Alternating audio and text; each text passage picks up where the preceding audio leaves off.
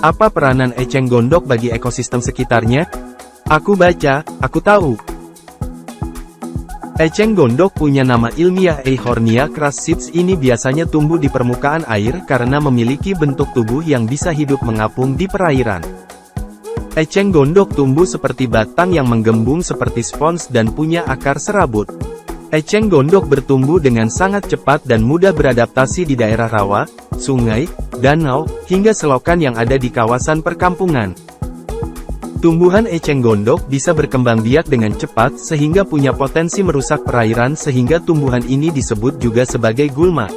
Ketika permukaan air tertutup eceng gondok berlebihan bisa menyebabkan gangguan pada ekosistem di sekitarnya.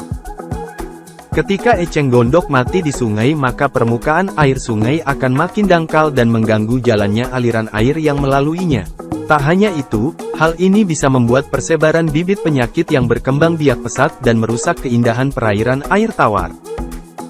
Eceng gondok juga jadi salah satu tanaman yang bisa memicu bencana banjir karena tanaman ini tumbuh menumpuk memicu munculnya tumpukan sampah.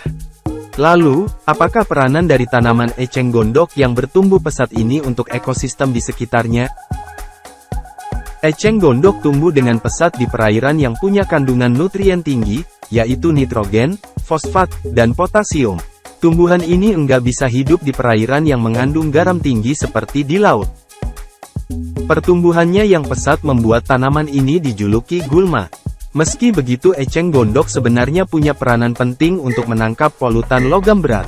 Eceng gondok punya kandungan senyawa kimia, seperti kalsium, kalium, natrium, ferum, klorida, dan magnesium.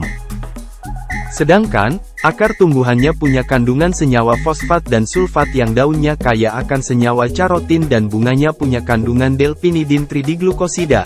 Kemampuan tanaman eceng gondok ini bahkan bisa menyerap residu dari pestisida yang mencemari perairan. Tumbuhan eceng gondok bisa menyerap berbagai zat-zat beracun di sungai dengan menggunakan akarnya.